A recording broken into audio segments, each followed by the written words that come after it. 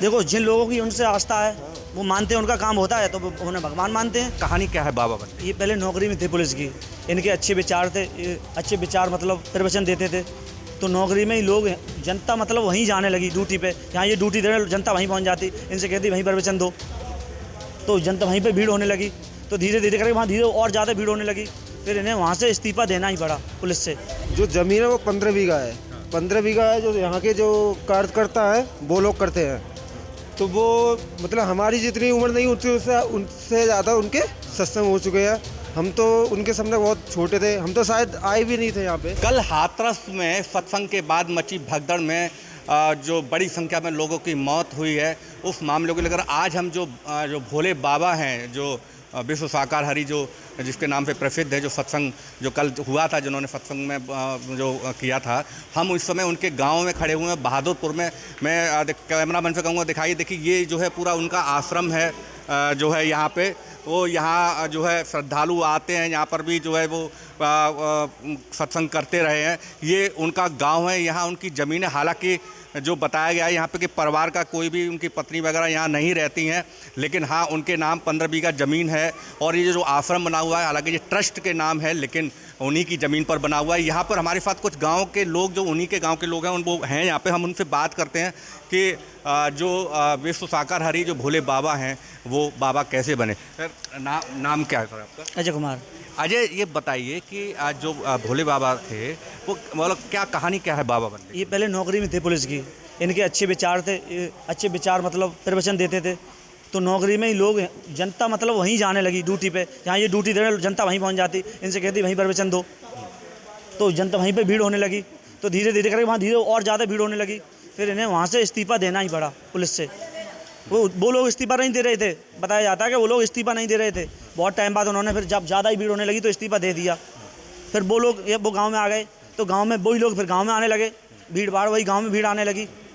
फिर उनका जो जनता है उनका लाभ हुआ, एक दूसरे से लोग जुड़ते जाते हैं, जिनका लाभ होता गया वही आश्रम बनता चला गया।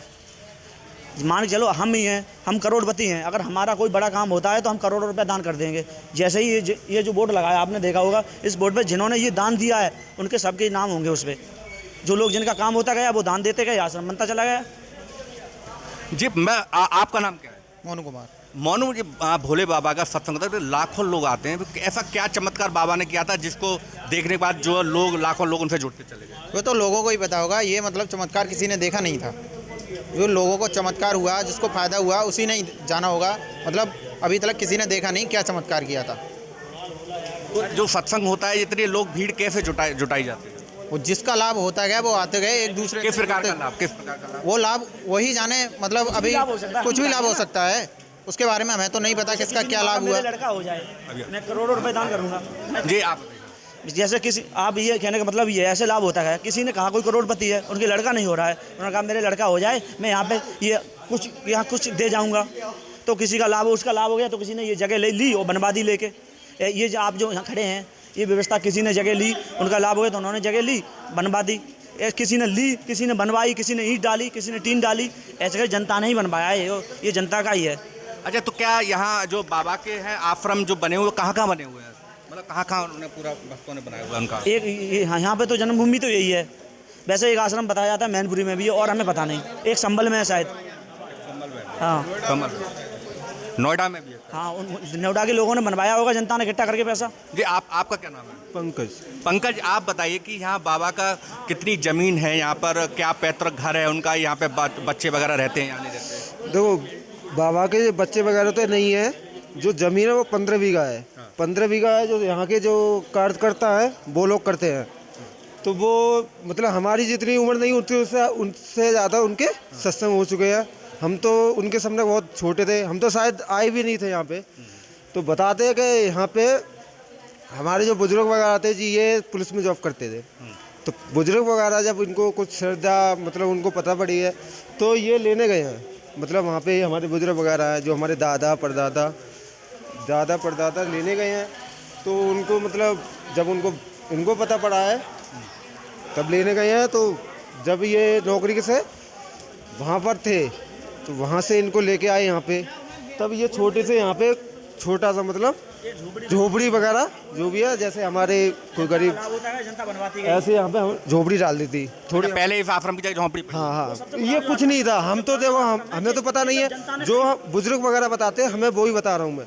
यहाँ पे झोपड़ी थी, तो जब इनको लेके आए तब उनको, अब ये जैसे गांव के लोग हैं कुछ, जब उनको पता पड़ रहा है तो थोड़ी बहुत अपनी ज़मीन है तो उसमें दे दी। मतलब अच्छा, बाबा की जो 15 बीघा जमीन अभी खेती होती है यहाँ है, खेती होती है, परमानेंट है ही है। परिवार यहाँ नहीं रहता उनका? परिवार तो दो, सब अलग अलग रहते हैं, 3 भाई हैं उनके, तो अपनी अपनी मेहनत है। ये छोटे वाले हैं जो, उनकी पत्नी भी सत्संग में रहती है, वो कहाँ रहती वो है? उनके साथ ही रहती हैं। उनके साथ रहती है जी। यहाँ कब से नहीं आए वो? यहाँ तो कम से कम 14-15 साल से नहीं आए यहाँ। नहीं आए। अच्छा अच्छा। तो जैसे बताया जाता है, बाबा का कहना है कि वो जो है साक्षात भगवान से उनके दर्शन हो चुके, तो इसमें आप कितना विश्वास करते हैं? देखो मैं यहीं का रहने वाला हूँ, विश्वास मैं करता हूँ। देखो हमारे गांव के हैं वो, मैं विश्वास करता हूँ। अब अगर लाभ नहीं होगा तो पब्लिक आएगी नहीं दौड़ के। अगर हमसे तुम्हारा लाभ नहीं होगा तो मैं आपके पास नहीं जाऊँगा। जी आप बताइए। हाँ बताओ। वो उनका कहना है बाबा के कि वो विश्व साकार हरि हैं और भगवान से साक्षात्कार उनका हो चुका है। इस पर क्या कहना चाहेंगे, कितना विश्वास? देखो जिन लोगों की उनसे आस्था है वो मानते हैं, उनका काम होता है तो वो उन्हें भगवान मानते हैं। ऐसे एक प्रकार से ऐसे मान लो, लोग केदारनाथ जाते हैं, बद्रीनाथ केदारनाथ और वैष्णो देवी जाते हैं। अब वहाँ वो देवी, उनमें शक्ति है क्या? आप ही बताओ, शक्ति है? आप ही बताओ, शक्ति है? आप बताओ, शक्ति है या नहीं? नहीं, बिल्कुल श्रद्धा है, शक्ति है उनमें।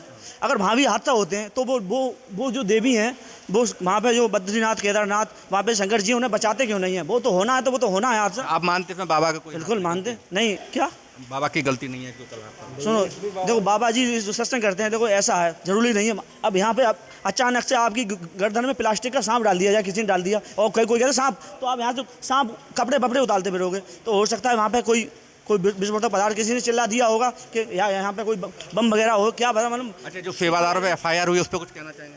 भाई मुझे तो नहीं मालूम। बिल्कुल। तो ये जो गांव है बाबा का, जो बताना है गांव के लोगों का कि यहाँ बाबा जो पुलिस में पहले नौकरी करते थे, उसके बाद वो सत्संग करने लगे पुलिस नौकरी के दौरान ही, और लोग उनके पास आने लगे। उसके बाद उन्होंने नौकरी छोड़ दी। और ये जो आश्रम देख रहे हैं, यहाँ पे बताया जाता है कि पहले एक झोंपड़ी थी और उसके बाद धीमे धीमे करके ये आश्रम बनाया। एक आश्रम मैनपुरी में बताया जा रहा है, एक आश्रम नोएडा में भी बताया जा रहा है। हालांकि उनकी पत्नी उन्हीं के साथ रहती, यहाँ नहीं, यहाँ उनके परिवार के और अलग अलग लोग रहते हैं जो रहते हैं यहाँ पे। लेकिन बाबा से उनका जैसे बताया जा रहा है कि कोई वास्ता नहीं है, सभी लोग अपना जो है अलग अलग जो है अपना करते हैं, अलग अपनी खेती करते हैं।